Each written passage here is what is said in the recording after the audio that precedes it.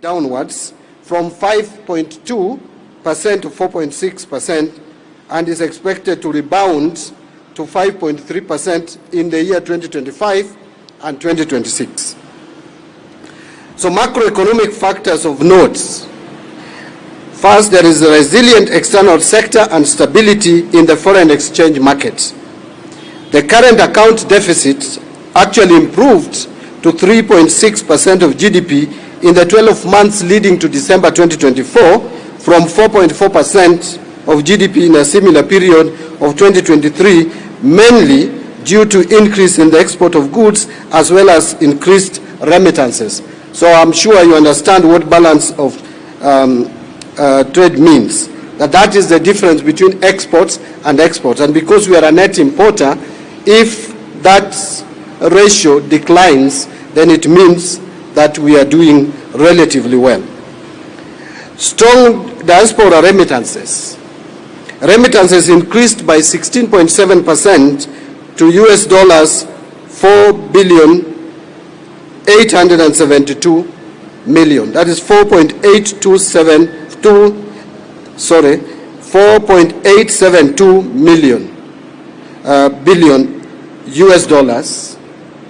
That you can translate to about 630 billion Kenya shillings in the 12 months to November 2024, compared to 4.175 billion in a similar period in 2023. So we have seen remittances increasing exponentially. Remittances increased forex inflows into the country, with some going to investment, while others are supporting household consumption of our people. The other macroeconomic factor of note is stability in exchange rates. The exchange rate to the dollar strengthened significantly to 129.4 per dollar. That is 129.4 shillings by end of January 2025, from 160.8 to the dollar by end of January 2024. This rate has since stabilized in the region of 128 to 130 shillings to the dollar. The other factor of note, or macroeconomic factor of note, is our strong official foreign exchange reserves. I wish to state and report to the Kenyan public that our official foreign exchange reserves, as at the end of December 2024, was at 10 billion US dollars, which is 5.1 months of import cover. So this provides adequate buffers and gives market confidence. And you can see that is one of the reasons why we were rated from negative to positive recently by Fitch and Moody's. So it is crucial that this macroeconomic performance must then therefore translate into liquidity. That is a question that many Kenyans have been asking, that we are not feeling the money in our pockets despite the fundamentals showing very positive signs. Bank lending is one channel through which the monetary base would expand and liquidity would be realized in an economy. So given the outcome of inflation, which is now at about 3.3%, the latest data, Central Bank of Kenya has gradually eased monetary policy by lowering the central bank rate from 13% in August 2024 to presently 11.25% in December 2024, and finally down further in February to 10.75%. In addition, Central Bank of Kenya in the February 2025 Monetary Policy Committee meeting reduced the cash reserve ratio by 100 basis points to 3.25% from 4.25% to lower the cost of funds for banks. This will further support lowering of lending rates and support growth of credit to the private sector. I would pause there and add that when you reduce cash reserve ratio, it simply means that you are reducing the requirements of how much balances commercial banks need to maintain at the central bank. That would therefore, if you lower it, it means you are releasing more money for banks to loan to the Kenyan public, and that has the effect of improving liquidity. I am informed that this reduction alone would make over 50 billion shillings available to our commercial banks to lend to Kenyans, private businesses, and individuals to carry out business, expand job opportunities, and therefore improve the general liquidity in the economy. Interest rates have declined in line with the easing of this monetary policy. The interbank rates declined to 11.2% by January 2025. Compared to the same period in 2024, that is January 2024, it was at 13.7%. So it has come down by 2.5% and has remained within the prescribed corridor around the CBR.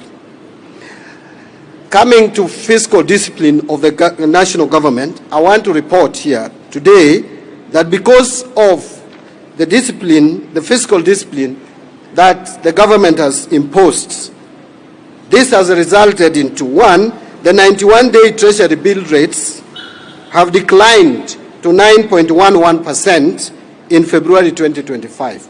In fact, for a very long time, the government papers have never traded at a single-digit percentage. For the first time in a long period, we can see now 91-day Treasury bills trading at 9.11%. This has come down from 16.1% in January 2024. The 182-day Treasury bills rate has declined to 9.85% in February 2025 from 16.2% in January 2024. I would further report that the 364-day Treasury bills rate has also declined to below 11% from 16.4% over the same period. So with the strong easing of monetary policy stance, credit to the private sector is expected to recover as lending rates decline. And therefore that leads me to report the following: that with the easing of CBR, that is the CBR rates, to 10.75% in February 2025, and reduction in the cash ratio requirement to 3.25% from 4.25%, commercial banks have this week demonstrated lowering of interest rates with higher percentages. Several banks have already reduced their best lending rates.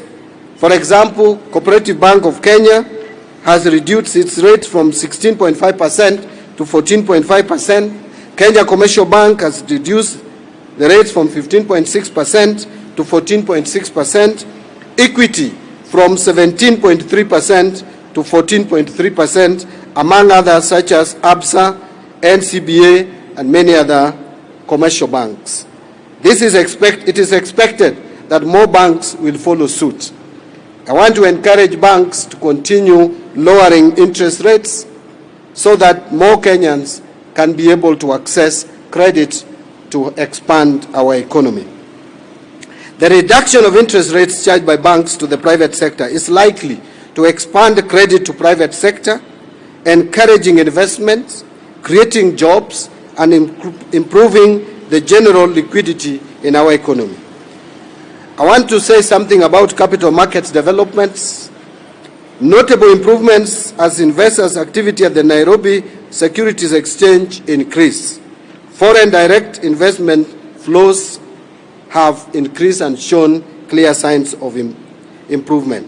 The Nairobi Securities Exchange has shown demonstrable improvement in investor activities, signaling increased foreign direct investment flows into the country. For example, the NSE 20 share index improved to 2,162 points in January 2025 compared to 1,509 points in January 2024, while market capitalization also improved to 1,983.7 billion from 1,440 billion over the same period. So due to the easing of the food and energy prices as a result of various government interventions, we have also seen a reduction in inflation from a high of 9.6% in October 2022 to the latest 3.3% in January 2025. At the end of 2024, ladies and gentlemen, through the tax laws amendments, the government systematically set in place measures to ease off the burden on the payslip.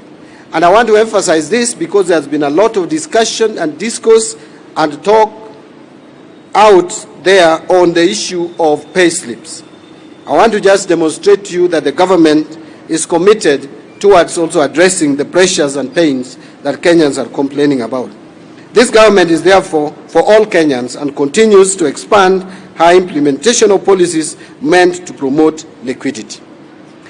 The last point that I will mention is with regards to the pending bills, because this is another area that has led to lack of liquidity in our economy or depressed liquidity in the economy.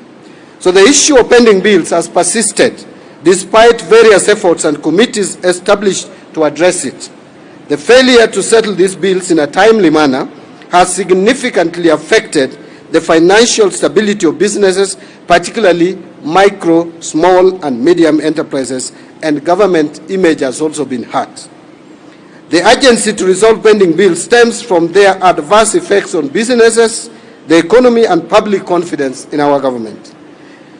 Delays in pending bill payments have led to reduced profitability, increased costs of capital, liquidity constraints, and disruptions to operations.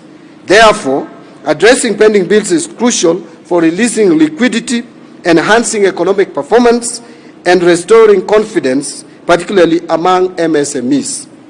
The National Treasury and Economic Planning put in place a committee with very specific terms of reference. The committee has made significant progress, and in the interim, some of the findings or causes of pending bills have been identified, and which include, I will just mention three. One is mismatch between the budget and revenue budgeted by the government on an annual basis. Two, lack of exchequer once approved budget has been executed as a result of mismatch cited above. And finally, the budget cuts during the fiscal year while entities have committed their budgets. The committee has also identified some challenges, such as that some of the pending bills or claims from sugar companies, those relating to employee and labor, require verification at premises of the respective entities due to bulky nature of the supporting documents. The team is about to conclude its work, and to facilitate this, there was an extension of time. It has, however, made significant progress and has also made some interim recommendations to that end. And these include that the government should endeavor to budget within its means. 2, fast-track transition to accrual accounting. 3, implement public investment management regulations to the latter. 4, implementation of e-procurement to ensure all documents are captured electronically. 5, need to negotiate penalties and interest on pending bills in respect of arbitral and court awards. And 6, prioritize settlement of bills related to MSMEs, especially those of businesses owned by women, youth, and persons with disabilities. Injection of monies via the payment of these pending bills will, without doubt, ease things for the Kenyans who we serve. This is why, as the year rolls out in earnest, Kenyans must know that the government has their backs. We are not oblivious to your realities. I want to just hasten to add that the government is working on how to implement the report of this committee to ensure that pending bills are settled. It is not something that is going to be settled in a bullet, because you know we also have fiscal constraints. But I will tell you that the government has already given the National Treasury through the cabinet okay or green light to come up with a strategy on how to settle pending bills. You will shortly hear from the National Treasury on how we are going to settle the pending bills as soon as practical. Thank you very much, and that is the end of my statement.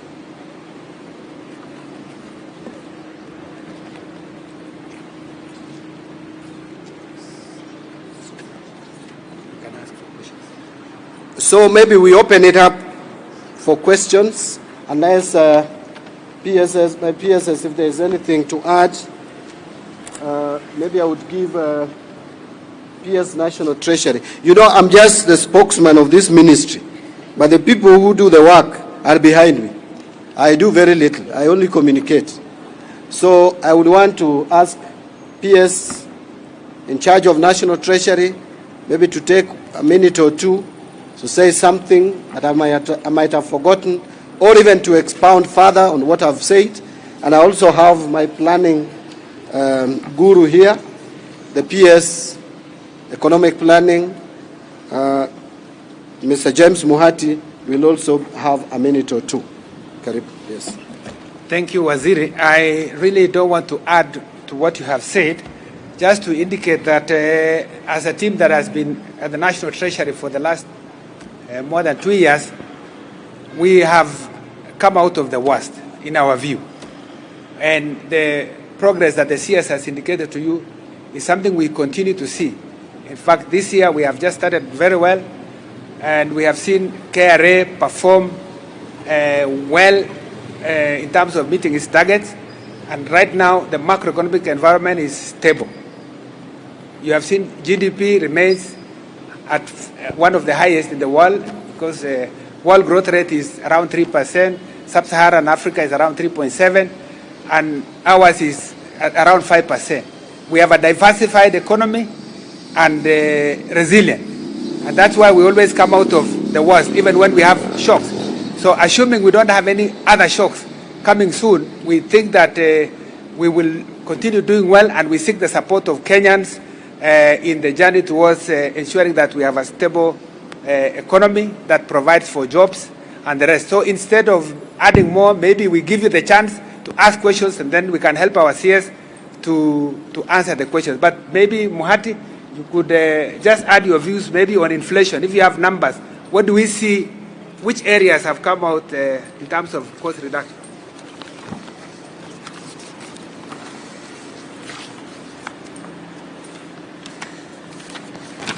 Thank you very much, CS and PS. I think from the economic planning, we can also assure Kenyans that we are very much committed to be able to ensure that our plans are seamless and are properly aligned to the budgets and the available revenue. The indicators that have been shared together with us as a result of what we have been doing in the State Department for Economic Planning. On matters of inflation, probably just to indicate, as I think CS has mentioned, and I will not be able to repeat, but for the benefits of Kenyans, is to tell you that now, for example, if you look at the cost of living, looking at the basket of goods, maybe if I can pick about 3 of them, we can be able to see that in January 2024, a kilogram of sugar was costing 209.55 shillings, but now it is at 161.34. This is about a decline of 23%. Maize flour was at 175. This is average, 175 shillings, but it's now at 161. When we look at the kerosene, a liter of kerosene in last year, same time in January, was about 195 shillings, but now it is 152, which is a decline of about 22%. Petrol, a liter was 207.97, but now it's at 177 shillings. And a liter of diesel was 197 in January 2024, and now it's at 167.84 cents. These are just among the benefits and the effects and the impacts of the policies that the National Treasury is committed to implementing, as has been articulated by the CS. Thank you very much. So what we'll do, I'll take some questions, which some I will delegate to my principal secretaries. In fact, even my DGs, if there is a question that I think one of them would address more sufficiently, I will invite them. But at the same time, I'll give them the cover, because I am the spokesperson. But now, because this is just the first among many that we will have, if we can just take maybe 4 questions, I would appreciate. So you'll introduce yourself and the media house, or even if you are general public, you'll tell us you're general public. But I think I'll go for the media. I'll start with you. Your hand was up first. Just give it to him. Then I'll come to you second, 3, 4. Can I see any lady's hand, please? A lady? Yes, I'll give you. Thank you. Yes, my name is George Orino from the City Mirror. Kenya Power has been recording some nice profits. Is there any gains in terms of reducing energy costs, especially for steamer, in our households and the industry? Number 2, with respect to all these incentives, do you have any data showing new production lines being established in the country with respect to creating gainful employment? And if there are any, what are the numbers in the last 12 months?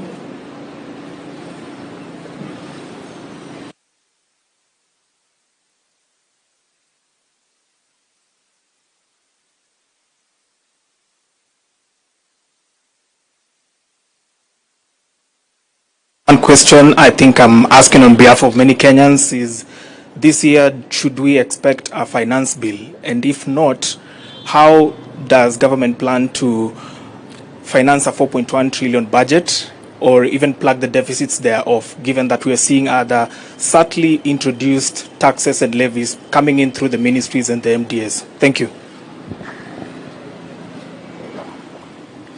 Thank you, Bwana CS. I'm Victor Madala from the Star newspaper. My question is around... I don't think I gave you the mic. Oh, okay. I actually indicated you were second, third, fourth, and the lady. If you want me to indulge you, I will. But you must...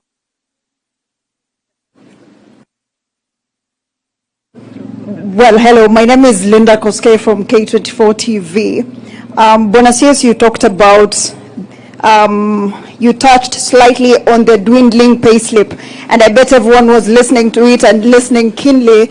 But we really wanted to know the tax policies that you're talking about, because you just mentioned that the government is putting in place measures to ensure that this is tackled. But really, Kenyans really want to know how you're going to go about this to cushion them from further raid of the payslip.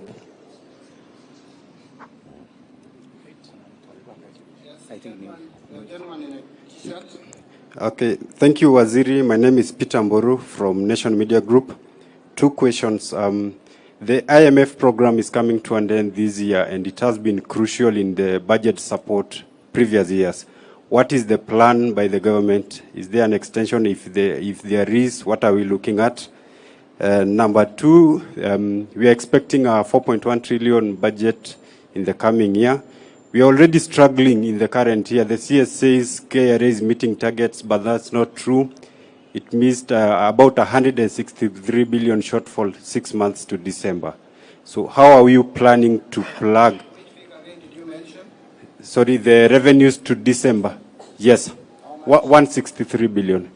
Not accurate, but I will respond to your question at the same. It's okay. So the question there is, what is the plan to implement this 4.1 trillion budget? Of course, in keeping in line with the President's promise that we want to live within our means. Thank you. Yes, the gentleman. Then I come back to you for the final question. Hello, good afternoon. My name is Zakaria Chege from the General Public. I have 3 questions. One, I will direct it to Mr. Waziri. Yes, pardon? You make them too? Okay, sure. Number 1, if I can make it right, you said that from the last year, the GDP dropped from 5.2 to 4.6, if I'm correct. And my question is, what is the Treasury doing to make that GDP to drop substantially? Number two, I will direct it to the PS economic planning. We know everything is about money. So what is the economic planning with respect to the economic advisor to the president, who is Jonathan D? I know you know him, and maybe you guys do something about that. So what is, my question is, the economy, according to the statistics that the Waziri has given, he's saying that the economy is doing really well, and he has actually given us an example of sugar and other subsidies that are really doing well in terms of the prices going down. So my question is, what is the economic planning doing about the economy? Because I feel the government is not giving us that opportunity for the economy to grow. The economy is not economing, if I can say that. If I may, please, Mr. Waziri, I'm sorry you said I was limited to only 2 questions. Allow me to say this. You also touched... Yes.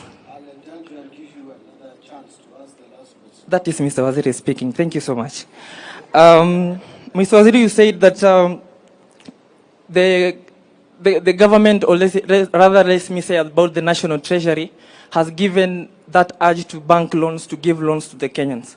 But from where I stand, 25% of Kenyans who take loans, they end up being put to CRB. And if they end up being put to the CRB, the loan will not end up being paid, and they'll drag the economy down. So what is the Treasury doing about that to make sure that those loans and the economy, the money flow is coming down, as they said, with the president is from up there to Mamboga. Thank you so much. I hear you very well. Yes, the last one. My friend, please. Oh, you have moved? Oh, okay. You are being strategic, eh? Thank you. Question. Executive orders by the US President Donald Trump. We've seen some companies already, NGOs, informing their employees that there is no jobs. What will maybe has the National Treasury evaluated the overall implication of those orders to our economy? Thank you.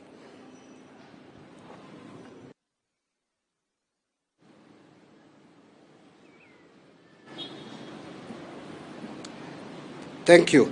So I will ask my PS National Treasury just to note that you will address the question of IMF program coming to an end and what we are likely to do. That answer I know is there. James, I'm sure you got your question very well, but even the others that I'll take, if my PSS will feel free to chip in when I give them the platform so that they can improve on my answers. On the issue, the first one by George Oweno, you've asked a question around Oredo. Thank you. So, George, you asked about Kenya Power and Lighting Company, that it has been showing profits. Is this likely to be passed to the general public? Yes, this should be passed to the general public in terms of reduced tariffs. And George, if you are keen, you'll realize that the electricity bills, from the reports I have been going down. But if that is not sufficient enough, the government will take measures to pass the benefits to the consumers, because cost of energy, it's a concern of government to lower the cost of energy to help economic growth. You have asked me whether we have seen improved production in the country, creating more jobs. I will tell you that the answer is yes and the answer is no. We have not seen a lot of expansion in the job market as we would want to see. Why? Because extension of credit to the private sector has been depressed almost throughout the year 2024. And you can see clearly from the data that that extension of credit contracted instead of expanding by 1.4%.